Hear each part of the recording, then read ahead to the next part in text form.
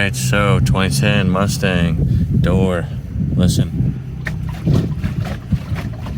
Bunch of water. The problem to solve it is this little thing down here at the side of the door.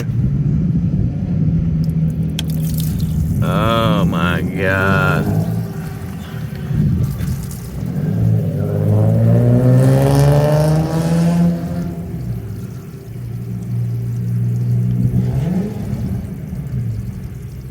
Well, while that's going, it leaked over here, and then it made the inside of my car wet, so I gotta dry all this. Luckily, it's a drop top, so I can, let the water dry, let the sun dry it.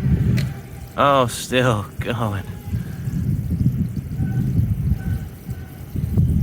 This is crazy.